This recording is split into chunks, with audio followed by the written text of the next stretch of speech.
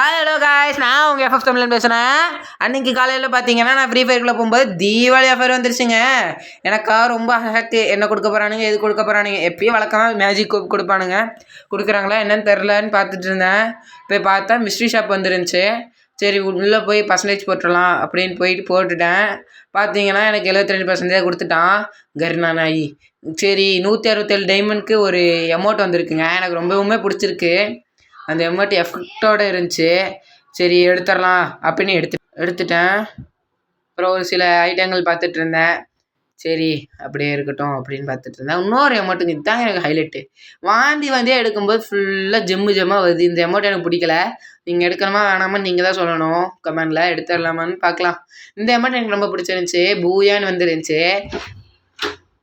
BOOYAHன்னு இருந்துச்சு. நல்லா இருந்துச்சு பார்க்க. அப்புறம் இந்த இதை எடுத்துடலாமேன்னு பார்த்தேன்.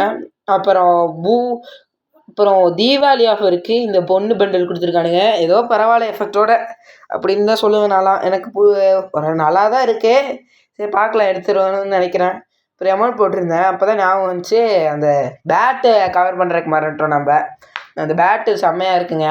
எனக்கு ரொம்ப பிடிச்சிருந்துச்சி பார்க்க. கையில் வச்சு பார்த்தீங்கன்னா ஓல்டு பிளேயர் வச்சு விளாட்ற மாதிரியே இருக்கும். எடுக்கலாமா வேணாமல் நீங்களும் சொல்லுங்கள் இதையே கமெண்டில். சரி வேறு ஐட்டம் இருக்கான்னு பார்த்தேன், எதுவும் இல்லை அவ்வளோவா. சரி நம்மளுக்கு பிடிக்காது அப்படின்னு விட்டுட்டேன். அப்புறம் அந்த ரவ்விங் அமௌண்ட்டுன்னு ஒன்று இருக்குங்க, அது எடுக்கலாமா வேணான்னு சொல்லுங்கள். எனக்கு ரொம்ப பிடிச்சிருக்கானா அந்த ரவ்விங் அமௌண்ட். உள்ளே போய் பார்த்தா தான் தெரியுது, அவன் 7 ஸ்பின்னில் தான் கொடுப்பான்னானுங்க. சரி என்னைக்கு பார்த்தேன் 7 ஸ்பின் இருந்துச்சு. சரி போட்டுடலாமா வேணாமான்னு சொல்லுங்கள். நல்லா தான் இருக்குது, ஆல்ரெடி ஃப்ரீயாக கொடுத்தது அது. சரி ஈவோ ஆக்சஸில் போய் பார்ப்போமேன்னு பார்த்தேன்.